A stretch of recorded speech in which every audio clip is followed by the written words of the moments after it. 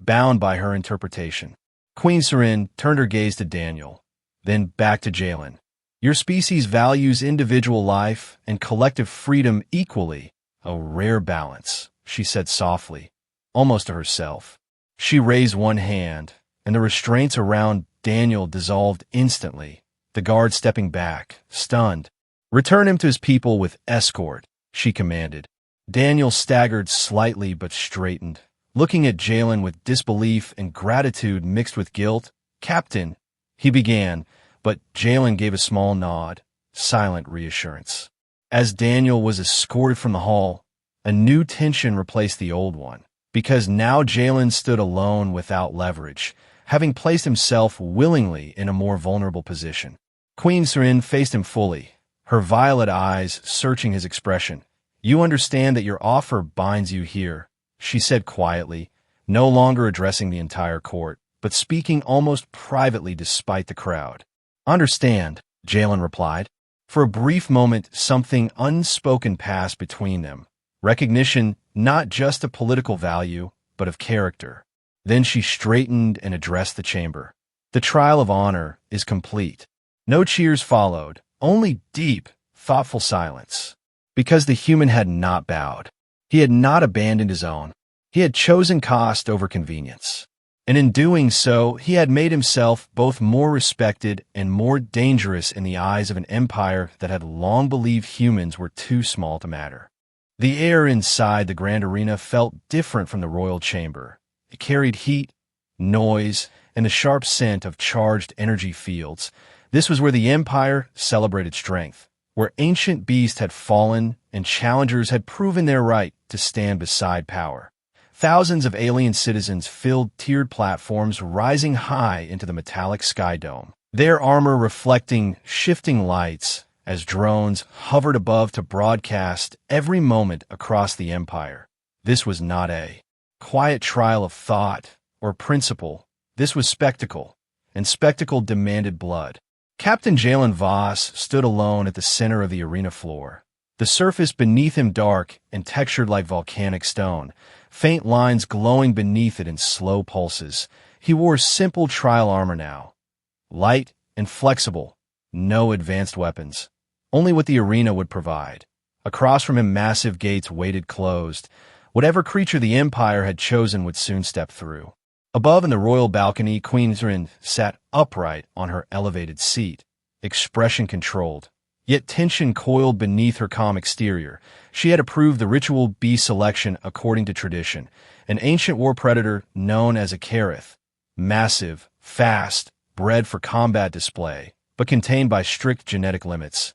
It was meant to test courage and combat awareness, not guarantee death. But she sensed unease in the arena's energy grid, subtle fluctuations that should not be present. At her side, Lord Karzul watched the arena floor with narrowed eyes, his posture too relaxed, too confident. The final trial, Queen Seren announced, her voice amplified across the vast chamber, is the trial of blood. The challenger must face the beast alone, survive until the signal tone, and demonstrate valor without retreat. A deep horn sounded, echoing like thunder, and the massive gates across the arena began to rise slowly. The crowd fell into tense silence. But what emerged was not the expected Kareth. At first the shape seemed familiar, large and low to the ground, armored hide glistening under arena lights. But its movements were wrong, jerking, unstable, and thin tendrils of black energy flickered beneath its skin like veins filled with shadow. A ripple of confusion passed through the spectators. The creature lifted its head, revealing eyes not golden like a Kareth's, but void black, with faint specks of white swirling inside like distant stars. Queen Seren stood abruptly, her composure cracking for the first time. That is not the approved specimen, she said sharply. Before any command could be given, the creature let out a distorted roar that vibrated the entire structure, and the arena floor lights flickered violently. The energy barrier surrounding the combat zone sparked and destabilized. Jalen felt the shift instantly. This was no controlled ritual beast. This was something altered, infected, And as the creature stepped fully into the arena, its hide split in places, revealing dark, crystalline growths pulsing with unnatural rhythm. The void swarm. The realization hit him like a cold wave. The shadow from the mind maze was no illusion. It had a form. It was here. The creature lunged without warning, faster than its size should allow. Jalen dove aside, just in time, as claws carved deep lines into the arena floor, fragments of stone exploding upward. He rolled and grabbed the only weapon provided at the arena edge. A basic energy spear designed for ritual combat, lightweight, but powerful enough to pierce traditional armor. Above, the crowd erupted into chaotic noise as alarms began sounding across the arena structure. Several outer sections of the energy barrier failed completely. Black tendrils extended from the creature's body and struck the walls, infecting metal surfaces which began to corrode and warp unnaturally. "This is sabotage," Queen Sin declared, her voice no longer ceremonial but commanding. "Seal the outer gates. Activate purge fields." But the control panels flickered erratically. Systems were being overridden from within. Jalen barely avoided another strike as the creature's tail slammed into the ground, sending shockwaves through the arena. He realized quickly that direct attack would not be enough. This was not a clean organism. It was spreading. Each impact released more dark fragments that crawled across surfaces like living shards. He sprinted toward one of the unstable barrier nodes, the glowing pylons that powered the arena shield. The creature chased him, tearing through stone with terrifying strength. But Jalen noticed something important. The infection flared brighter whenever it absorbed energy from the arena grid. It was feeding. Above, Queen Seren made a decision that shattered tradition. She stepped forward and drew her own blade, a slender arc of violet plasma forming along its edge. "Open the inner descent," she ordered. Advisors gasped. No queen had entered the arena during a trial in centuries. Meanwhile, Jalen reached the unstable pylon and drove the energy spear directly into its base. Not to destroy it, but to overload it. The pylon flared blinding white, cutting power to the surrounding grid section. The creature screamed in a distorted frequency as part of its body dimmed, weakened without the energy flow. It turned toward him with renewed fury, black shards rising from its spine like jagged wings. And then a beam of violet light cut across the arena as Queen Seren descended from above, landing between the creature and the outer spectator platforms, her blade slicing cleanly through a tendril that had begun reaching toward the stands. Gasps turned into stunned silence. Ruler and challenger now stood side by side in the arena, facing a threat no longer contained to ritual combat. "You were correct," she said without looking at him, her voice steady even as the creature circled them. "The void swarm is closer than we believed." Jalen adjusted his grip on the spear, blood trickling from a cut along his arm. "It is not just close," he replied quickly. "It is already inside your systems." The creature lunged again, and this time they moved together, Jalen drawing its attention with rapid strikes, while the queen severed infected growths with precise, elegant arcs of her blade, each coordinated movement unspoken yet instinctive, as if they had trained together for years rather than met days ago. High above, Lord Karzul watched with rigid stillness, his plan unraveling faster than anticipated. He had intended the infected beast to eliminate the human quietly and expose vulnerability in the queen's judgment. But the infection had accelerated beyond control, and now it threatened more than a single challenger. The creature let out a final deafening roar as its core split open, revealing a pulsing sphere of condensed black crystal. It released a shockwave that knocked both Jalen and the queen backward, cracks racing along the arena walls, pieces of the dome fracturing under pressure. Jalen forced himself upright despite ringing ears and burning lungs. He saw the core expanding rapidly, drawing energy from every active system in the arena. If it detonated, the entire capital complex could fall. "We cut the energy completely," he shouted. Queen Seren nodded once. Understanding instantly, she raised her free hand and deactivated her own blade, sacrificing immediate defense. And together they drove their weapons simultaneously into the core, Jalen's spear channeling residual charge while the queen's blade pierced through the crystal center.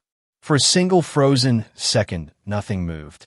Then the core imploded inward instead of exploding outward, collapsing into itself with a violent flash of light that shook the arena but did not destroy it. Silence followed, heavy and stunned.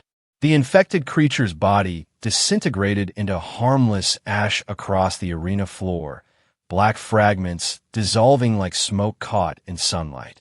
Jalen dropped to one knee, breathing hard, while Queen Seren remained standing, though her armor showed scorch marks and cracks. Across the Empire, millions watched in disbelief, not because the human had survived, but because he had fought not only for himself. He had protected alien citizens without hesitation, and he had stood beside their queen as equal in battle. High above, emergency lights flickered as technicians scrambled to contain residual corruption within the systems. Queen Seren looked down at Jalen, her expression no longer distant or strategic, but deeply serious. "The trial of blood is complete," she declared firmly to the shaken arena.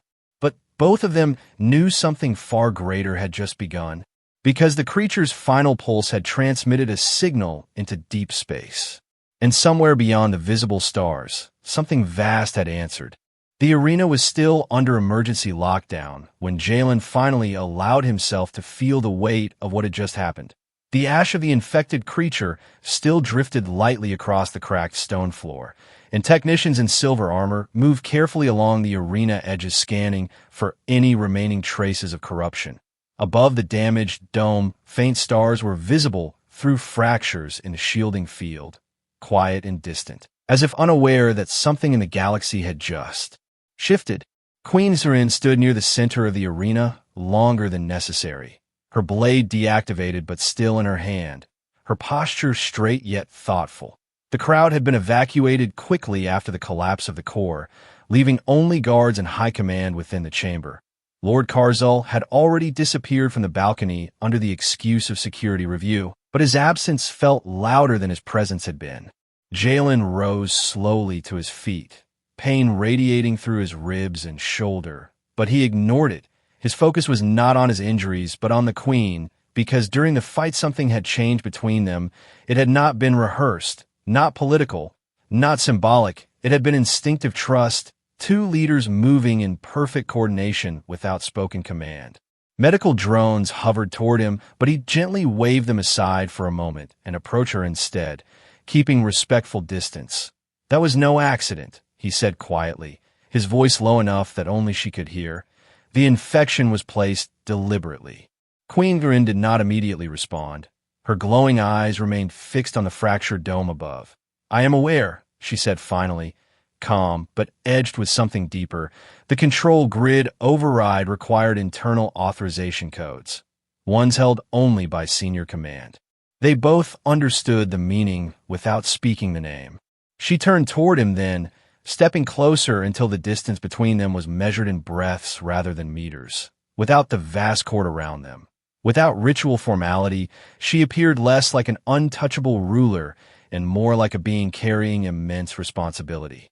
"When you spoke those words in my court," she said softly, "about wishing I were your wife, you believed you were offering a simple path to peace." Jalen let out a faint breath that almost became a tired laugh. "It was not exactly a carefully planned diplomatic strategy," he admitted. "No," she agreed, and for the first time there was a hint of warmth in her expression.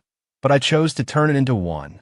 He studied her face carefully, seeing not just power but calculation layered beneath emotion. "The law of claim forces the Empire to consider a challenger as potential equal," he said slowly, piecing it together. "If I succeed, alliance becomes tradition, not concession." She nodded slightly. "If you failed publicly, my court would see humanity as unworthy and expansion would become war. But if you survived even partially, it would create division within those who favor conquest. And if I died," he added quietly. Her gaze held his without flinching. "Then I would have gained proof that humans are courageous but insufficient, and my empire would unite under that narrative." The honesty did not sting as much as it should have, because Jalen understood leadership often required risk measured in lives, including his own. Yet there was something else in her tone now, something that had not been present in the throne room. "But you did not die," she continued, her voice lowering further. "You adapted, you sacrificed, and in the arena you chose to defend my citizens rather than secure your own victory." He shrugged, lightly despite the pain. It seemed like the right move. "It was not strategic," she said firmly. "It was instinct." Silence stretched between them, not uncomfortable, but charged, because strategy could be planned, but instinct revealed character, and character was harder to control. Far above the arena, emergency sirens faded as technicians reported stabilization. Yet tension lingered across the Capitol complex, whispers spreading that the Void Swarm had touched the Empire directly, that sabotage had come from within, that the Queen had entered combat herself, breaking centuries of tradition. "You understand," she said carefully, "that if this infection spreads, my empire will demand a single narrative to blame." "Humans," Jalen replied without hesitation. "Yes," she confirmed. "Lord Karzul already commands significant loyalty among military factions. He will frame today as proof that your presence invited corruption." Jalen crossed his arms slowly, wincing slightly at the motion. "Then we do not let him control the story." Her eyes narrowed thoughtfully. "You suggest public transparency." "I suggest partnership," he corrected, meeting her gaze steadily. "Not the kind spoken in ceremony, but visible cooperation, you and I standing together not as ruler and challenger, but as leaders confronting a common threat." For a long moment, she simply watched him, searching for hesitation, for hidden agenda, for the smallest crack in sincerity, but found none. "You risk much by standing beside me now," she said quietly. "Your own people may see alliance as weakness." "They have already seen me fight for your citizens," he replied. "If they cannot understand the difference between surrender and cooperation, then I have failed them as well." The words lingered in the quiet air between them. No court, no witnesses, only two figures in a damaged arena, realizing that what began as political maneuver was evolving into something less predictable.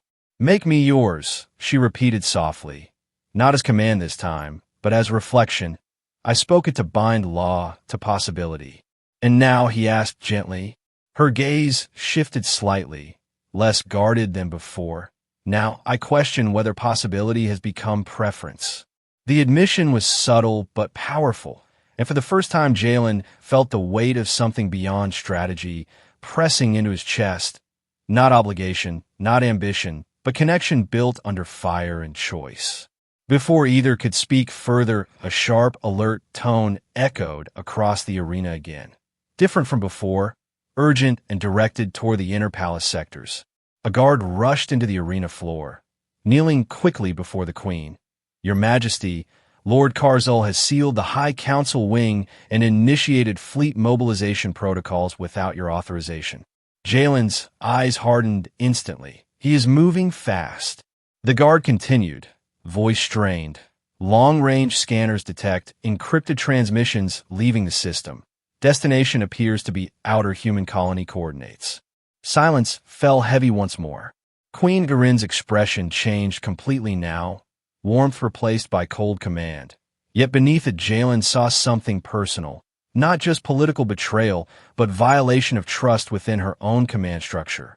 "He intends to force escalation," she said, voice steady but sharp. "If human colonies are attacked, retaliation will follow, and my court will justify removal of my authority under emergency war doctrine." Jalen stepped closer without hesitation. "Then we stop him together." Her eyes met his again, and in that gaze was no throne, no trial, no ancient law, only decision. "You still choose this path?" she asked quietly. "I still choose partnership," he replied. Outside the fractured dome, distant stars shimmered cold and indifferent, unaware that two civilizations stood on the edge of either unity or annihilation, and that what began as a strategic phrase spoken under pressure was transforming into something far more dangerous than politics. because feelings born in war did not follow rules. And now, with fleets mobilizing and betrayal unfolding within the palace itself, the line between alliance and devotion was becoming impossible to separate. The palace no longer felt like a place of ceremony. It felt like a battlefield waiting to ignite. Warning lights pulsed along the walls as internal security forces split into factions, some moving to obey Queen Iserin's direct orders, others hesitating under encrypted commands issued by Lord Karzul. Across orbit, alien warships shifted formation, and beyond the system long-range scanners confirmed what both Jalen and the Queen feared most. Strike craft were accelerating toward human colony. Space under Imperial signature codes. This was no longer a trial. This was a coup. Queen Iserin moved with decisive calm through the inner command corridor, Jalen at her side, both surrounded by a small unit of loyal guards. Karzul believes tradition binds me, she said evenly as they walked. He believes the Empire must be ruled through fear of strength, not balance of power. And he thinks using my people as target practice will force your court to choose him. Jalen replied grimly. She nodded once. If colonies burn, even those who respect you will demand decisive retaliation. War will appear inevitable, and he will claim only he can lead it. They reached the High Council chamber doors, sealed by emergency authority codes. Violet energy fields shimmered across the entrance, preventing override from standard access nodes.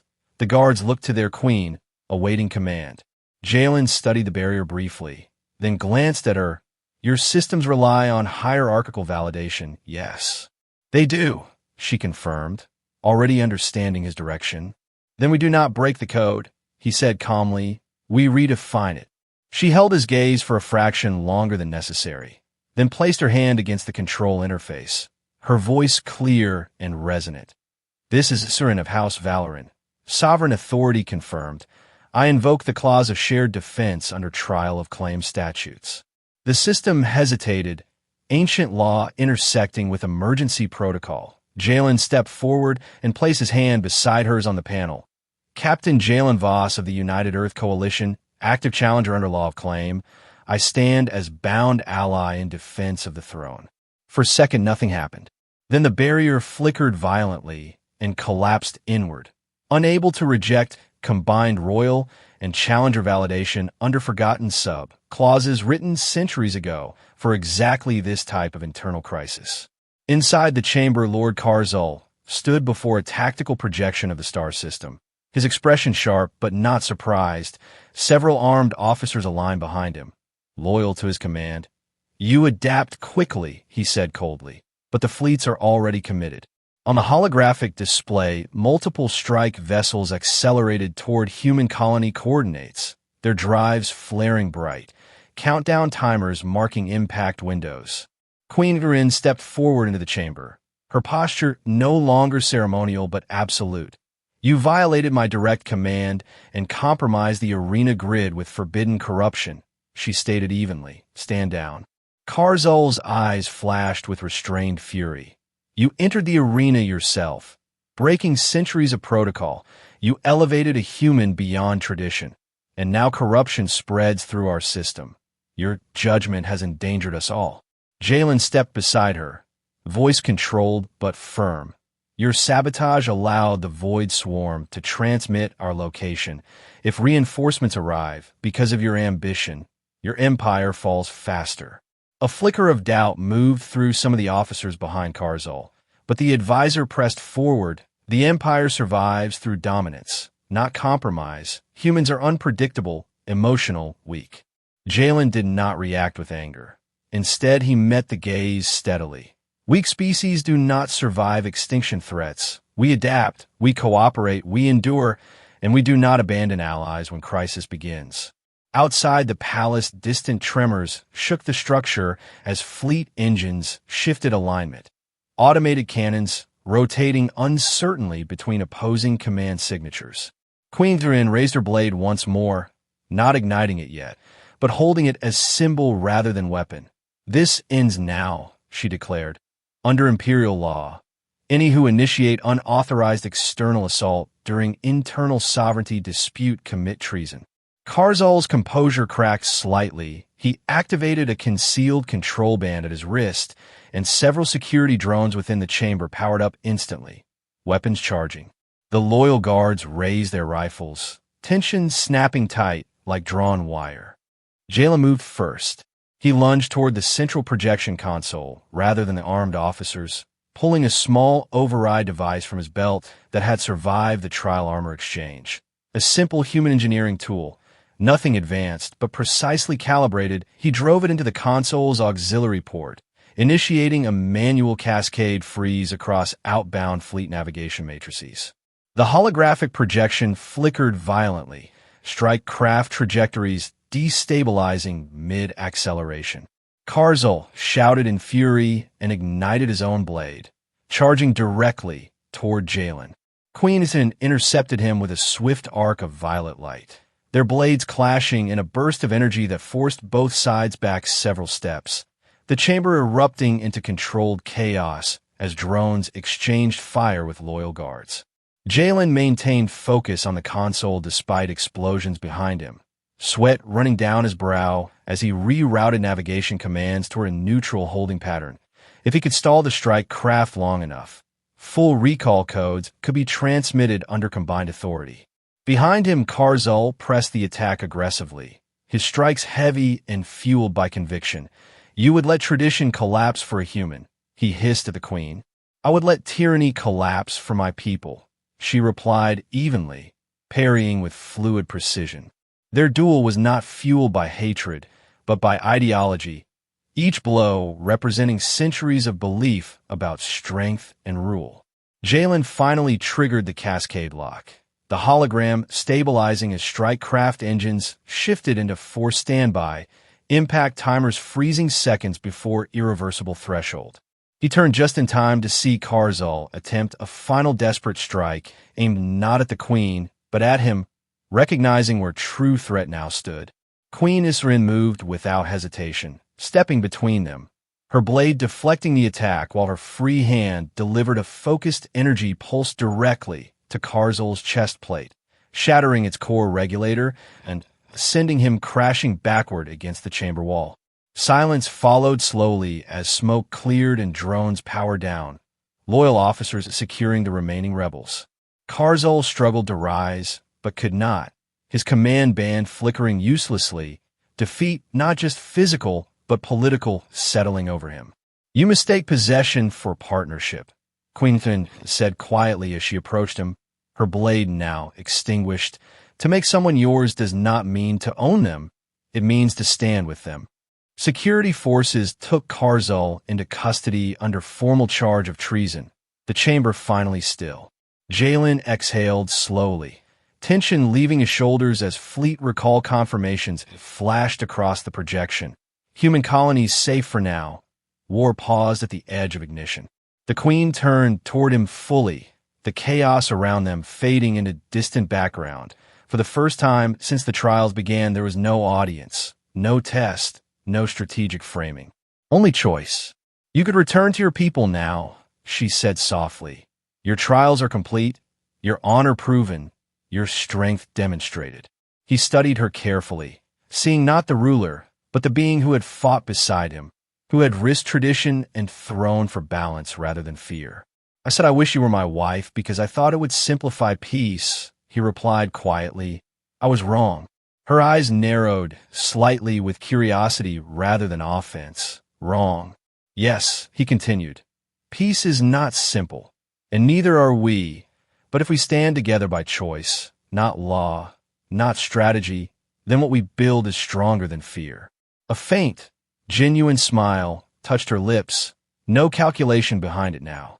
"Then you do not claim me as possession," she said. "No," he answered steadily. "I choose you as partner." Beyond the palace walls, fleets realigned under unified command, messages transmitted across both civilizations announcing ceasefire, alliance discussions, and warning of the Void Swarm's approach. The galaxy still held darkness. The swarm still moved somewhere beyond mapped space. But now two powers stood linked not by conquest, not by submission, but by shared decision. Queen Yin extended her hand toward him, not as ruler demanding oath, but as equal offering future. And as Captain Jalen Voss took it, the meaning of strength shifted across an empire that had once believed humans too small to matter. Because the smallest species in the room had not conquered through dominance. They had won through resilience, sacrifice, and a refusal to stand alone. And somewhere deep beyond the stars, the void swarm adjusted its course. Not toward a divided galaxy, but toward one that had just learned how dangerous unity could be.